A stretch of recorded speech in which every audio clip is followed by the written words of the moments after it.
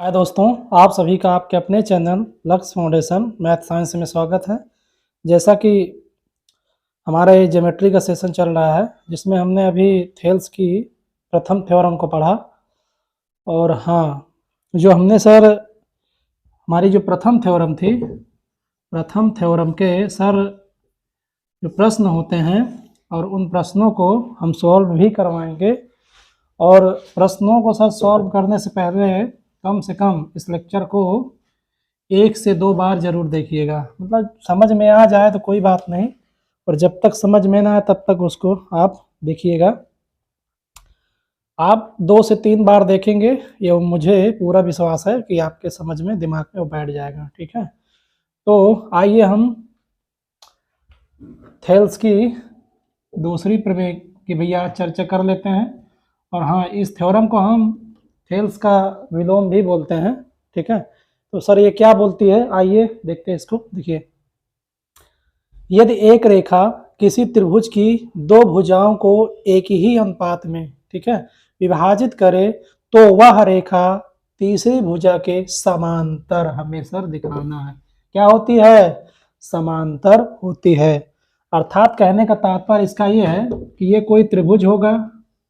Okay, ये कोई त्रिभुज होगा और इस त्रिभुज के, इसका कुछ भैया नाम दे देते हैं, इसको ए, बी और सी। तो त्रिभुज में क्या कहा गया है कि दो भुजाओं को एक ही अनुपात में, ठीक है, जैसा कि हमने पढ़ा था इसके पहले वाली थेल्स की प्रथम प्रमेय में, कोई रेखा ऐसे त्रिभुज से इस त्रिभुज के किसी भुजा के समांतर रेखा ड्रॉ किया जाता है, तो क्या होता है कि त्रिभुज की दो अन्य जो भुजाएं होती हैं समान अनुपातों में क्या होती है सर? विभाजित हो जाती हैं। तो जैसा कि हमने यहाँ पे क्या दिखाया, बिंदु डी और यहाँ पे बिंदु ई। तो हमें सर दिखाना क्या है कि जो हमारी रेखा डी ई है, ठीक है, डी ई है, ये किसके समांतर है? डी ई जो है इस किसके समांतर है? बी सी के समांतर है। ठीक है, हमें ये प्रूव करके दिखाना है। आखिर ये भैया समांतर है तो हमने तो बता दिया या हमने पढ़ लिया, या हमारे थेल्स साहब जी ने अपना रोल तो अदा कर दिया कि हाँ सर ऐसे से ऐसे ये होता है, इसको आप देख लीजिएगा। तो हम लोग क्या करेंगे, इसको प्रूव करेंगे अकॉर्डिंग टू थेल्स। ठीक है, थेल्स जी के अनुसार हम इसको सॉल्व करेंगे। तो आइए देखते हैं। देखिए यहाँ पे क्या करेंगे, इसको दिखाने के लिए हम यहाँ पे एक लाइन ड्रा करेंगे ऐसे। ठीक है, कहीं भी आप कर लीजिए, एक लाइन खींचेंगे और इसको बिंदु ई डैश मान लीजिए। ठीक है, बिंदु ई डैश मानेंगे। देखिए अब क्या करना है हमें, जैसा कि हमें क्या दिखाना था, डी ई समांतर बी सी के। ओके, तो ये हमने अपने से माना है। ठीक है, डी ई समांतर डी ई डैश समांतर बी सी के। ठीक है, जिस तरह से ये रेखा समांतर है, क्योंकि हमें प्रूव करना है ना, तो अपने से हमने इसको मान लिया कि ये जो बिंदु है, ये ई बिंदु है, इसको हम दूसरा बिंदु ई डैश मान लिए हैं। बशर्ते आपको यहाँ पे इसके बीच में कुछ दूरी दिखाई दे रही है। अभी आपको ये दिखेगा कि सर ये दूरी जो है, दूरी ना होकर ये एक ही बिंदु है। हमने इसको यहाँ पे ऐसे करके मान लीजिए, इसको यहाँ पे दिखाया है। अभी देखिए प्रूफ में दिखेगा कि ये बिंदु जो ई डैश है, ये अलग ना होकर, ई से ई डैश ना होकर ये बिंदु ई ही है ये। ठीक है, ये जो ई डैश है अलग बिंदु ना होकर ये हमारा ई ही बिंदु है। तो सर इसी को हमें दिखाना है। ओके, तो आइए चलते हैं थेल्स प्रमेय का जो हमारा विलोम है इसको हम देखेंगे, और कम से कम इसको 1 से 2 बार जरूर देखिएगा, प्रैक्टिस करिएगा। सर इससे क्वेश्चन आने की पूरी संभावना है और प्रूफ करने के लिए भी ये बोर्ड में आता है। तो आइए चलते हैं अपने थेल्स प्रमेय की ओर। ठीक है, तो आइए देखते हैं। देखिए हमने यहाँ पे माना, ठीक है, हमने यहाँ पे कुछ मान लिया है। देखिए हमने एक त्रिभुज ए बी सी माना, ठीक है, और इसमें हमने एक रेखा ऐसे ड्रॉ कर दिया। ठीक है, हमने यहाँ पे एक रेखा को सर ऐसे ड्रॉ कर दिया, ये रेखा। और ये जो हमारी रेखा है त्रिभुज के ए बी भुजा और ए सी भुजा पर देखिए यहाँ पे काट रही है ना, ये इसको हम डी मान लेते हैं, इसको ई मान लेते हैं। ये हमारी क्या है, ई है। ओके, ये क्या है, इसको हमने माना बिंदु ई माना, और यहीं से हमने एक रेखा खींचा ई डैश अपने से। ये देखिए अभी ये प्रूफ हो जाएगा, अभी क्लियर हो जाएगा कि ये जो हमारी रेखा डीई और रेखा डीई डैश अलग अलग ना होकर दोनों सर एक ही रेखा है, और यही हमें दिखाना भी है। ठीक है, तो आइए हमने यहाँ पे कुछ देखा है, दिखाया है। देखिए माना त्रिभुज एबीसी, और हमें सिद्ध क्या करना है सर, इसको सर इसके समांतर दिखाना है। तो हमने कुछ रचना कर लिया है कि बिंदु डी से रेखा डीई डैश खींचा, अतः डीई डैश और डीई समांतर बीसी के हमें क्या करना है सर, दिखाना है, अर्थात डीई डैश के समांतर बीसी को दिखाना है। ओके, तो ये हमारा भैया थेल्स का विलोम। ठीक है, तो ये हमारा थेल्स प्रमेय नंबर 2 का सर क्या है, ये विलोम है। तो हमने सर यहाँ पे रचना किया, और देखिए यहाँ पे कुछ दिया गया, जैसा कि हम जानते हैं कि हमारा यहाँ पे कुछ दिया गया है। क्या दिया गया है, या यहाँ पे कर देते हैं प्रमाण देंगे यहाँ पे। चलिए प्रमाण देते हैं, प्रमाण या उपपत्ति। प्रमाण या यहाँ पे आप उपपत्ति लिखेंगे। क्या लिखेंगे कि थेल्स प्रमेय से, थेल्स प्रमेय नंबर 1 से। क्या थी सर नंबर 1, जब इस बिंदु को डीई रेखा को हमने नहीं माना था, इसको थोड़ा सा आप निगलेक्ट करके चलिए, कुछ ऐसा सोचिए, मान लीजिए कुछ पहले ऐसे था। ठीक है, ये रेखा हमारी है, ये बिंदु डी और ई पर इसको इंसेक्ट करती है, ये ए है, ये बी है और ये सी। तो ये हमारा क्या था, प्रमेय की थेल्स प्रमेय नंबर 1 का भैया हमें इसमें क्या प्राप्त हुआ था कि जब कोई रेखा किसी त्रिभुज के किसी भुजा के समांतर क्या करती है, इंसेक्ट करती है, प्रतिच्छेदित करती है, तो उस त्रिभुज की दोनों भुजाओं को क्या करती है, समान भागों में क्या करती है, बांटती है। तो आइए हमें क्या प्राप्त हुआ था इससे, देखिए एडी। ठीक है, एडी अपान क्या हो जाएगा, डीबी के, और क्या हो जाएगा सर, एई अपान सर किसके हो जाएगा, ईसी के। ठीक है, तो ये था सर थेल्स प्रमेय नंबर 1 से हमने इसको यहाँ पे लिखा। ओके, तो इसको हम क्या करेंगे, समीकरण ए मान लेंगे, समीकरण 1 मान लेंगे। अब क्या करेंगे, पुनः चलेंगे। ओके, तो हमने यहाँ पे हमें क्या करना है, यहाँ पे यहीं से स्टार्ट करते हैं पुनः। देखिए इसका जो अगला स्टेप है हम यहाँ नीचे कर रहे हैं कि पुनः क्या करेंगे, अब इसमें आएंगे। देखिए यहाँ देखिए ये जो रेखा हमने, देखिए हमको क्या करना है, डीई डैश को सर दिखाना है। तो अब क्या करेंगे, हम इस रेखा को देखेंगे, इस रेखा को लेकर चलेंगे, जो इस बिंदु को हमने ई बिंदु ना मानकर एक अलग बिंदु यहाँ पे दिखाने की कोशिश किया है, जबकि ये ई बिंदु जो है ना, ये ई बिंदु ई डैश जहां हमने माना यही बिंदु है, यहाँ पे रखा, या इसको हमने ड्रॉ किया है कि इस रेखा को हमने ऐसे, अगर यदि इस रेखा को ऐसे कर दिया जाए तो क्या डीई डैश, जो हमारी रेखा डीई डैश है, ये बीसी के समांतर हो सकती है, यही तो हमें दिखाना है। तो पुनः क्या करेंगे, पुनः थेल्स से, पुनः यहाँ लिखेंगे, पुनः थेल्स प्रमेय से, पुनः थेल्स प्रमेय से क्या करेंगे, यहाँ पे देखिए एडी अपान क्या हो जाएगा, डीबी के। ओके, एडी अपान डीबी इक्वल क्या हो जाएगा, एई डैश, क्या हो जाएगा, एई डैश अपान क्या हो जाएगा, देखिए ई डैश सी के। ठीक है, तो इसको क्या करेंगे सर, हम समीकरण नंबर बी मान लेंगे। ओके, इसको क्या करेंगे, समीकरण नंबर बी मान लेंगे। अब क्या करेंगे अब क्या करेंगे, समीकरण, देखिए ये समीकरण हमारा ए है और ये हमारा समीकरण बी है। तो अब क्या करिए, समीकरण देखिए यहाँ पे कुछ मिल रहा है, देखिए समीकरण फर्स्ट में AD अपान DB और समीकरण बी में क्या हमें प्राप्त हुआ, AD अपान DB। तो आप तो यहाँ पे क्या हमें मान प्राप्त होगा, जब ये दोनों बराबर हैं तो क्या क्या भैया इसके बराबर हम इसको नहीं कर सकते हैं, कर सकते हैं। तो यहाँ पर क्या लिखेंगे, आइए कि अतः, यहाँ पे लिखेंगे आप, देखिए यहाँ पे क्या लिखेंगे, अतः, अतः समीकरण, अतः समीकरण ए और समीकरण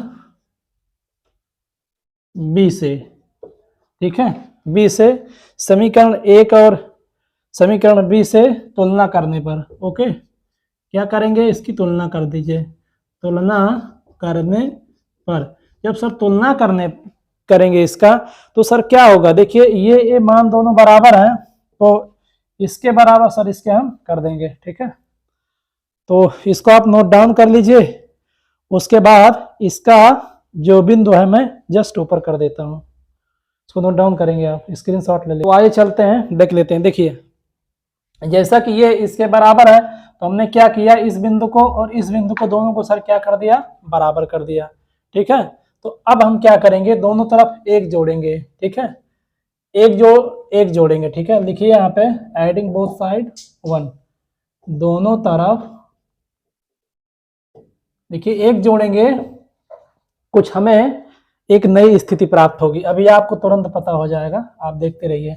दोनों तरफ एक, दोनों तरफ क्या करेंगे सर, दोनों तरफ एक जोड़ने पर, दोनों तरफ एक जोड़ दीजिए, देखिए क्या हो जाएगा, AE अपान AC plus 1 equal AE dash अपान EC डैश C प्लस 1। इसको आप लोग नोट कर लिए होंगे, इसको मैं हटा दे रहा हूँ, ठीक है। देखिए ये दिया गया था, ठीक है, ये तो पहले से दिया गया था प्रश्न में ही, हमने इसको सॉल्व भी किया था।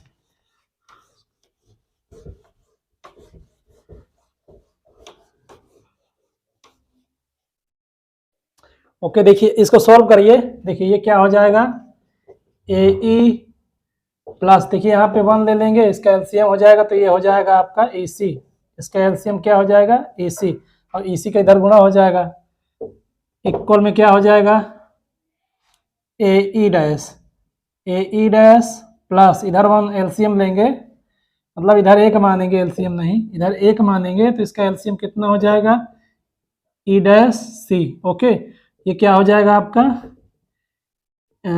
E dash C। आइए कुछ यहाँ पे देखिए, देखिए यहाँ AE प्लस EC किसके बराबर हो जाएगा सर, देखिए बड़ी वाली भुजा के बराबर कर सकते हैं कि नहीं, बिल्कुल कर सकते हैं, ठीक है, ये हो गया आपका। और क्या हो सकता है, देखिए AE dash plus E dash C, ये किसके बराबर हो जाएगा सर, ये भी तो बराबर AC के हो जाएगा, क्योंकि ये दोनों भुजाएं क्या हैं, एक ही इसी के अंग तो है ना, ये तो हमारी जो भुजा है AC, AE dash E dash C, total इसका मान है ना, ये किसके बराबर है सर, ये AC के बराबर है।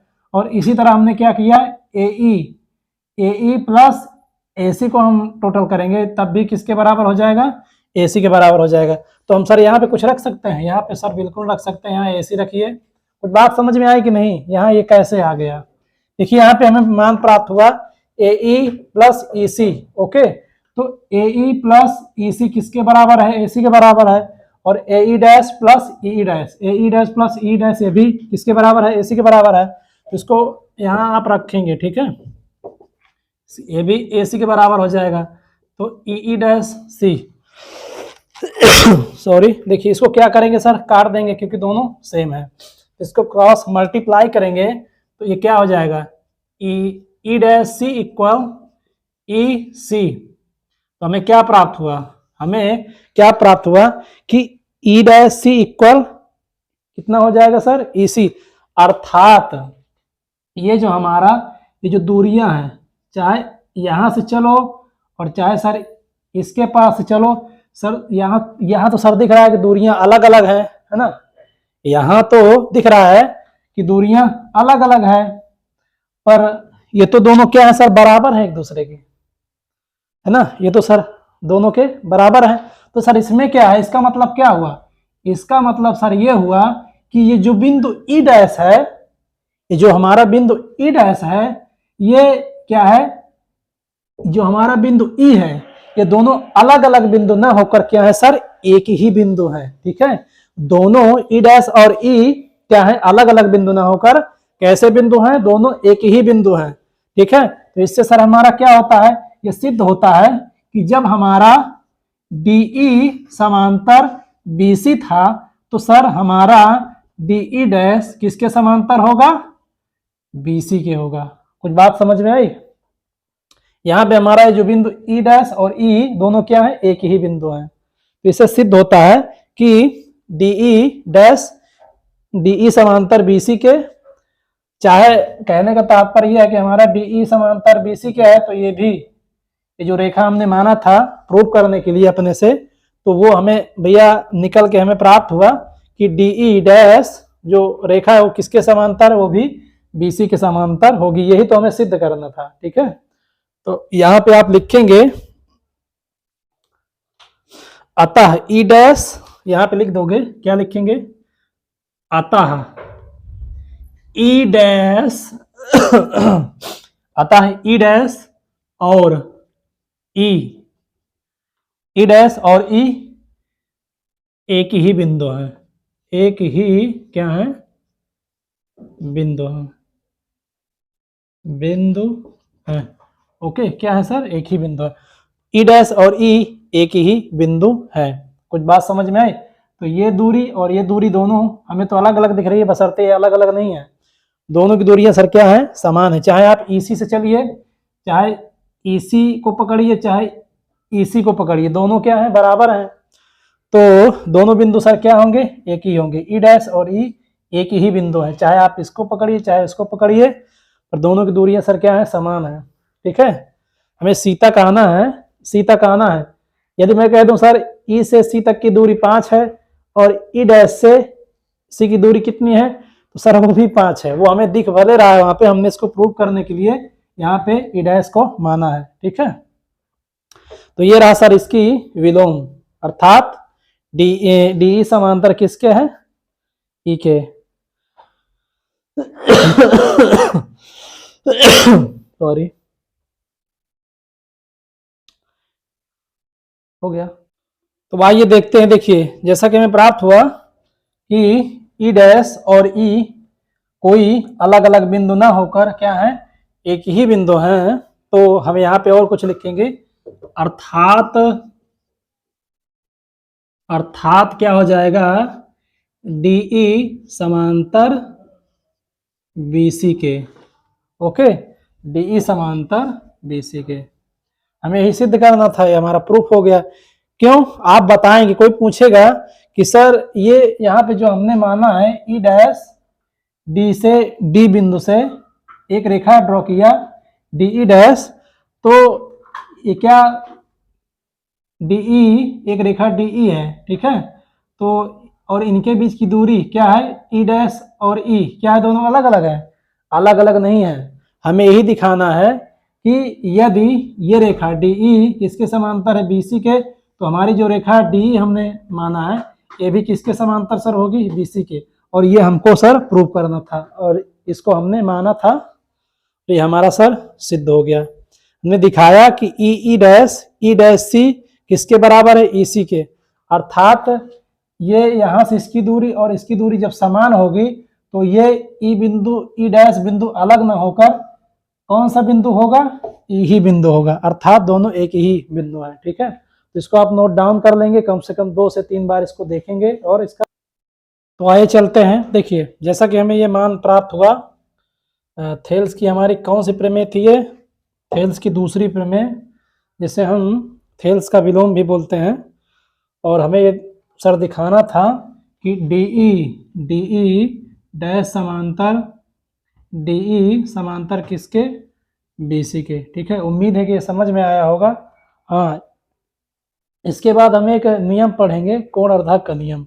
देखिए इस पर आधारित क्वेश्चन जो है काफ़ी बुक में दिया गया है, तो उसके द्वारा काफ़ी क्वेश्चनों का सर कोण अर्धक का नियम पढ़ेंगे, और पढ़ने के बाद सर उस पर आधारित हम कुछ क्वेश्चन करेंगे। ठीक है, ये कोण अर्धक का नियम क्या होता है, त्रिभुज के कोणों को कैसे अर्धक किया जाता है, सामान्य सी जानकारी है, उसको पहले हम प्राप्त करेंगे, उसको जो है उसके बाद क्वेश्चन सॉल्व करेंगे। तो आइए इसको सब नोट डाउन कर लीजिएगा, जिसके बाद हम अगला अपना बिंदु स्टार्ट करते हैं। ठीक है, तो नोट डाउन करिए या स्क्रीनशॉट लीजिए। तो आइए देखते हैं, देखिए कोण अर्धक के नियम। देखिए इस पर आधारित काफी क्वेश्चन दिए गए हैं। ओके, तो इसको समझेंगे ये क्या होता है कोण अर्धक के नियम, और त्रिभुजों पर यह फॉलो होता है। वैसे कई आकृतियों पर इसका हम प्रयोग कर सकते हैं, बशर्ते हमें इसको देख लेते हैं। ठीक है, ये क्या होता है। देखिए इसमें कह रहा है कि यदि किसी त्रिभुज, ठीक है, यदि किसी त्रिभुज के अंतःकोण, ठीक है, यदि किसी त्रिभुज के अंतःकोण अथवा बहिष्कोण को अर्धक रेखा खींची जाए, ठीक है, अर्धक रेखा खींची जाए तो यह सम्मुख भुजा को ठीक उसी अनुपात में बांटती है जिस अनुपात में कोण बनाने वाली भुजाएं होती हैं। तो आइए सर ये प्रमेय क्या कहती है, इस प्रमेय का प्रयोग करके हम त्रिभुजों के काफी क्वेश्चनों को सर सॉल्व करने वाले हैं। देखिए जो कोण अर्धक का नियम है, देखिए ये हमारा त्रिभुज है।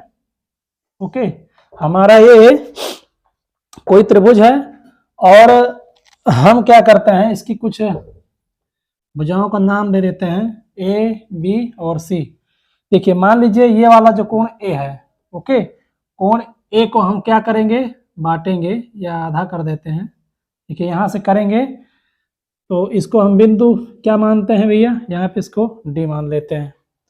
कुछ बात समझ में आई। तो हमारी प्रमेय क्या कहती है, यदि किसी भी कोण से, चाहे आप ये कोण को ले लीजिए चाहे आप ये कोण को ले लीजिए, मैंने ये कोण दिया है कि किसी भी त्रिभुज में उसके कोण को, ठीक है, उसके कोण को क्या कर, देखिए यहाँ पे क्या लिखा गया है, अर्धक रेखा खींची जाए। ठीक है, किसी त्रिभुज के अंतःकोण, अंतःकोण को, अंतःकोण से अर्धक रेखा, ठीक है, अर्धक रेखा खींची जाए तो यह सम्मुख भुजा को ठीक उसी अनुपात में, ये जो हमारी सम्मुख भुजा है, देखिए ए से डी को भैया जब हमने खींचा तो ये हमारी जो सम्मुख भुजा क्या है सर, बीसी है।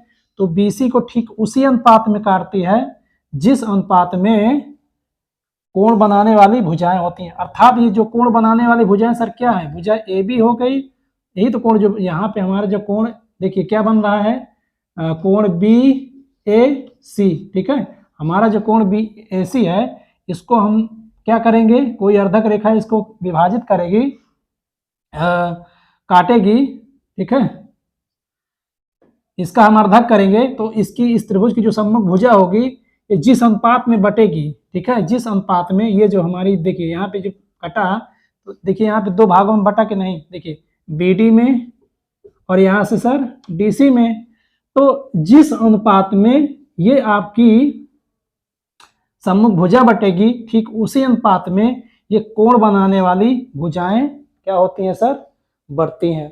ठीक है, तो आइए कुछ इसके बारे में लिख लेते हैं, उसके बाद हम इस पर आधारित सर कुछ क्वेश्चन भी करेंगे। ठीक है, तो आप इसको नोट डाउन कर, जैसा हमने देखा कि देखिए यहाँ पे हमने कुछ दर्शाया इसको। देखिए त्रिभुज ABC में, ये त्रिभुज ABC में AD कोण BA, देखिए कोण BAC, कोण B ये वाला कोण, ठीक है, कि अर्धक सर क्या, ये AD क्या है, एक अर्धक रेखा है। तो हमें यहां से क्या प्राप्त होगा कि कोण BAD, कोण देखिए, कोण देखिए यहां से BA ये वाला कोण, ये हमारा कोण है ना, ये वाला कोण BAD और कोण DAC और हमारा ये वाला कोण क्या होगा सर, दोनों बराबर होगा। इसका मतलब इसका ये कहें, ठीक है, इसको आप देखिए, इसको नोट डाउन करते रहिएगा, बड़ा ही इंपॉर्टेंट बिंदु है और इस पर आधारित आपको क्वेश्चन भी देखने को मिलेंगे और मैं कराऊंगा भी। ठीक है, कोण अर्धक का सर ये नियम, त्रिभुज के कोण अर्धक का नियम है ये। तो हमने त्रिभुज पर इसको लगाया और हमें कुछ मान प्राप्त हुआ। तो हाँ, इसकी और कुछ और बिंदु हैं, उसको भी देख लेते हैं। तो इसको हमने देखा, अतः कोण बी ए डी इक्वल कोण डी ए सी इक्वल हमें सर क्या हुआ, ये प्राप्त हुआ, दोनों बराबर होते हैं। तो हाँ, एक बिंदु और है कि कोण ए को बनाने वाली हमारी भुजाएं कौन कौन सी हैं। कोण ए को बनाने वाली भुजाएं ए बी हो गई और हमारी ए सी हो गई। तो यहाँ पे देखिए, फिर पढ़िए इसको, देखिए ठीक, इसको फिर से पढ़ लेते हैं एक बार। यदि किसी त्रिभुज के अंतःकोण अथवा बहिष्कोणों को अर्धक रेखा से खींचा जाए, ठीक है, अर्धक रेखा क्या करती है, अर्धक रेखा से, यहां आप कर दीजिए, अर्धक रेखा से खींची जाए तो यह सम्मुख भुजा को किसी भी भुजा से हम खींच सकते हैं। ओके, तो सम्मुख भुजा को ठीक उसी अनुपात में बांटती है जिस अनुपात में कोण बनाने वाली भुजाएं होती हैं। जब सर ये बताइए, जब ये कोण दोनों बराबर है तो इसका मतलब सर ये भुजा भी तो बराबर होगी, है ना, बराबर। ये दोनों, ये जो कोण है भैया, दो बराबर भागों में जब बांटा गया है तो इसका मतलब है सर भुजाएं भी बराबर होंगे। तो इसका मतलब ये हुआ, देखिए हमारी जो प्रमेय कह रही है, हमें क्या प्राप्त होगा, अतः, यहां लिखेंगे अतः हमारा क्या प्राप्त होगा, ए बी अपान ये भुजा और ये भुजा, ए बी अपान ए सी बराबर क्या हो जाएगा, बी डी अपान क्या हो जाएगा सर, डी सी के। सर बड़े बड़े क्वेश्चन इससे सॉल्व होने वाले हैं, ठीक है, इसको आप लोग नोट डाउन कर लीजिएगा। क्वेश्चनों को सर हम इस पर आधारित एक क्वेश्चन भी करेंगे। ओके, तो आइए देख लेते हैं हम कोण अर्धक पर आधारित एक क्वेश्चन, ठीक है। तो जैसा कि देखिए, इस तरह का जब भी प्रश्न आएगा, या तो चित्र के साथ देगा, ठीक है, या तो हम चित्र लिख देते हैं, एक चित्र यहाँ बना देते हैं, या तो चित्र के साथ देगा। ओके, कोई त्रिभुज है, ये ए है और ये बी है और ये सी है, इस पर डी है। ओके, देखिए ए बी का मान कुछ दिया गया है सर, ए बी का मान 10 सेंटीमीटर, ए सी का मान 6 सेंटीमीटर, बी सी की लंबाई 12 सेंटीमीटर और बी डी और हमसे सर डी सी का मान पूछा है, ठीक है। इस तरह के क्वेश्चन अधिकतर केस में चित्र के साथ दिया होता है, और नहीं दिया होता है सर तो हमको इन क्वेश्चनों पर सर हमें कमांड बनाना है, ठीक है। कम से कम 10 से 12 क्वेश्चन हम सॉल्व करेंगे, और कहीं भी ये बांटना शब्द आ जाए और एडी करके या अर्धक त्रिभुज अर्धक से संबंधित कोई भी क्वेश्चन पूछे तो समझ जाइएगा कि सर कौन सा प्रमेय लगेगा, कोण अर्धक का नियम, त्रिभुज का कोण अर्धक का नियम हमने क्या पढ़ा था सर, क्या पढ़ा था, त्रिभुज की दोनों भुजाओं का क्या रेशियो। ओके, और इनकी जो सम्मुख भुजा को जो ये हमारी जो अर्धक रेखा होती है, इनका अनुपात, ठीक है, इस भुजा का अनुपात क्या हो जाएगा, बी डी अपान डी सी। ये हमारा क्या सर, हमारा कोण अर्धक से प्राप्त सर क्या था, ये मान था, ठीक है। तो आइए देखिए, हमें बी डी और बी सी का मान चाहिए, और जैसा कि बी सी की वैल्यू दी गई है तो इसको हम क्या करेंगे, सर आप क्या करिए, डी सी की कुछ वैल्यू मान लीजिए। यदि सर डी सी की वैल्यू x हमने माना तो बी डी की वैल्यू क्या हो जाएगी, जैसे कि पूरी वैल्यू इतनी है सर, तो हम 12 से इसको घटा देंगे तो ये मान नहीं प्राप्त हो जाएगा, बिल्कुल प्राप्त हो जाएगा।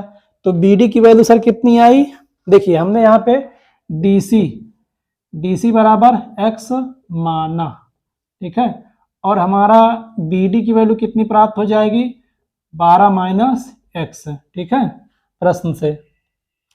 प्रश्न में सर ये BC की वैल्यू दी गई है। वैसे लिखना चाहे तो लिख सकते हैं कि दिया गया है AB बराबर इतना और AC इक्वल इतना, BC इक्वल इतना। एग्जाम में इस तरह के प्रश्न आ जाए तो लिखना चाहे तो लिख सकते हैं। यदि आपके माइंड में कंसेप्ट है ना डायरेक्टली रखा हुआ है तो इस तरह के क्वेश्चनों को आप डायरेक्ट भी सॉल्व कर सकते हैं, कोई दिक्कत नहीं है। देखिए, या तो आप डायरेक्टली रख दीजिए यहीं पे, देखिए रखते हैं तो क्या हो जाएगा, देखिए ए बी की वैल्यू क्या है यहाँ पे 10 दी गई है और ए सी की वैल्यू कितनी दी गई है सर 6। देखिए ज्योमेट्री में क्या है ना कि हमें कठिन क्यों लगती है, हमें कठिन इसलिए लगती है क्योंकि सर हम क्वेश्चनों पे ज़्यादा फोकस करते हैं और उसकी प्रमेय हर जो हमारे जितने प्रश्न होते हैं हर एक प्रश्न का सर अपना अपना फंडा अर्थात प्रमेय होती है, उस प्रमेय के द्वारा ही हर एक क्वेश्चन सर सॉल्व होते हैं। तो क्वेश्चनों से ज़्यादा आप क्या करिए, लिस्ट बनाइए, ठीक है, चाहे वो ज्योमेट्री का हो चाहे सर्किल का हो, जितने भी फार्मूले हैं जितने भी उसके नियम कानून हैं उसको आप क्या करिए, उसका लिस्ट बनाइए और उसको बढ़िया से समझिए विथ प्रूफ के साथ। उसके बाद उसके सारे क्वेश्चन टैकल करिए, क्वेश्चन ऑटोमेटिक सारे सॉल्व होने लगेंगे, ठीक है, दिमाग में आने लगेंगे यदि आपने सही से सही मार्गदर्शन में पढ़ा। तो आप टेंशन मत लीजिए, सारे क्वेश्चन मैं सॉल्व करवाऊंगा और लगभग जितने हमारे सिलेबस में कंसेप्ट हैं सारे कंसेप्टों को मैं बीच बीच में सर कोई भी नियम बताऊंगा तो उसमें मैं लिखवा दिया करूंगा, क्योंकि ये कोण अर्धक पर आधारित क्वेश्चन हाई स्कूल में दिया गया है इसलिए मैंने इसको यहाँ पे लिखवाया।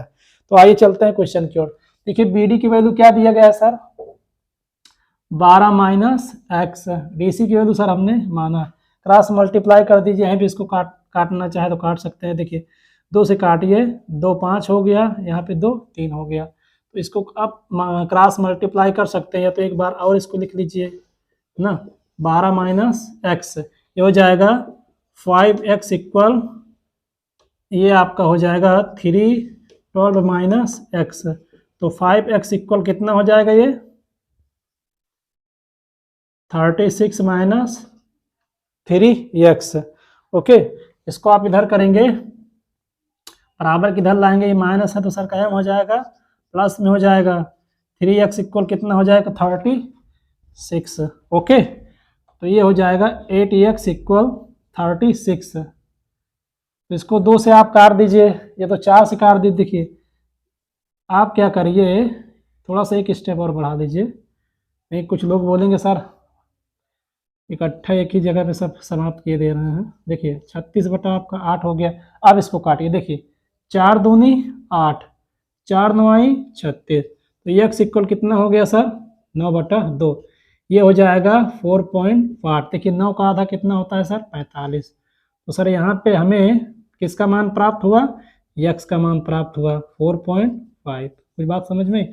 तो जैसा कि हमने यहाँ पे सर माना है, किसकी वैल्यू माना था x, DC की वैल्यू हमने x माना था, तो इसका मतलब DC का जो मान होगा कितना होगा 4.5, ठीक है। DC की वैल्यू कितनी प्राप्त हुई 4.5, और हम भैया BD का मान निकालना चाहें तो यहाँ से निकाल सकते हैं, बिल्कुल निकाल सकते हैं।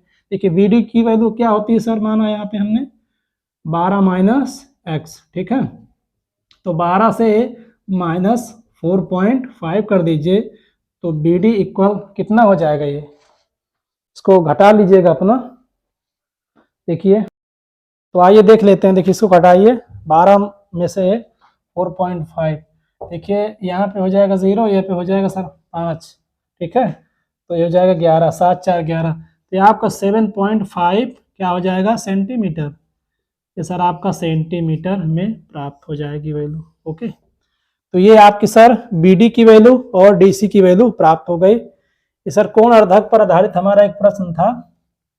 इस तरह के जब प्रश्न आएंगे तो डायरेक्टली ही प्रश्न सर कूद पड़ेंगे और हमारे समझ में ही नहीं आएगा सर इसको कैसे किया जाए, तो कोण अर्धक के नियम से सर इसको सॉल्व करेंगे, सॉल्व हो जाएगा।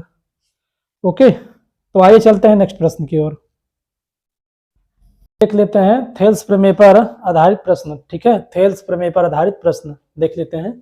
देखिए इस तरह के सर जब प्रश्न आएंगे बोर्ड में ना, ये तो सर आपका चित्र के साथ आएगा, यदि चित्र ना आए, ठीक है, यदि चित्र ना दिया हो तो कैसे पहचानेंगे कि सर इसमें थेल्स का प्रमेय लगाया जाए। तो जैसा कि हमने प्रूफ भी के साथ इसको दिखाया भी था, इसका मान भी निकाला था, बशर्ते सर इसका सबसे यहाँ पे इसको आप ऐसे कर दी, सबसे अच्छा पकड़ने का तरीका सर ये होता है DE समांतर BC के, मतलब मैं अपना तरीका बता रहा हूँ कि यदि चित्र ना दिया हो तो DE समांतर ऐसे करके दे, कोई मान हमें दिख जाए कि इसके समांतर ये, इसके समांतर ये कुछ मान दे दे। वैसे तो आप इसके कम से कम 10 से 15 क्वेश्चन सॉल्व किए रहेंगे ना, प्रैक्टिस कर लेंगे तो वैसे भी दिमाग में क्वेश्चन आएगा तो घूम जाएगा, उसकी कोई दिक्कत नहीं है। तो आइए देख लेते हैं इस प्रश्न को। देखिए इसमें क्या कह रहा है, कि दी गई आकृति में सर DE समांतर BC के, ये तो सर भूमिका हो गई थेल्स जी की कि हम भैया थेल्स जिन्हें हमको भेजा है और थेल्स जी का सहारा लीजिएगा, ठीक है, हेल्प लीजिएगा, सॉल्व हो जाएगा। आइए देखिए AD की वैल्यू सर कितना दिया गया है, यहाँ कुछ कर लीजिए, यहाँ पे हम कुछ कर लेते हैं। देखिए यहाँ पे सॉल्व करना है, हाँ सॉल्व करने के बाद सर क्या है दिया है, क्या दिया है कि AD इक्वल 2.5 सेंटीमीटर, ठीक है, और DB इक्वल सर कितना दिया गया है 3 सेंटीमीटर, ओके, और कुछ दिया गया है AE इक्वल सर कितना दिया है 3.75 सेंटीमीटर, ओके सर ये दिया गया है, और कुछ दिया गया है, हाँ AC की वैल्यू सर बताना है, तो AC इक्वल हमें बताना है। देखिए जो जो मान दिया गया उसको दर्शा दीजिए। देखिए AD का मान कितना है 2.5 सेंटीमीटर है, और DB का मान सर कितना है 3 सेंटीमीटर है, और AE की वैल्यू दिया गया है ना ये A7, ठीक है, AE की वैल्यू दिया गया है, और हाँ हमें सर इसकी वैल्यू हमें बताना है। अर्थात सर हमें इसकी वैल्यू कैसे प्राप्त होगी, देखिए AC की वैल्यू हमें प्राप्त करने के लिए हमें क्या करना पड़ेगा, एक स्टेप यहाँ बढ़ा लीजिए कि AE प्लस क्या करेंगे EC बराबर किसके कर देंगे AC के, अर्थात AE का मान हमें पता है और किसी तरह हम EC का वैल्यू भैया क्या कर दें प्राप्त कर दें निकाल लें, तो दोनों को ऐड कर देंगे तो सर किसके बराबर हो जाएगा AC के बराबर हो जाएगा। तो आइए यहाँ पे हम इसको यक्स मानते हैं, ठीक है, यक्स मान लीजिए। आइए सॉल्व करते हैं थेल्स पे में।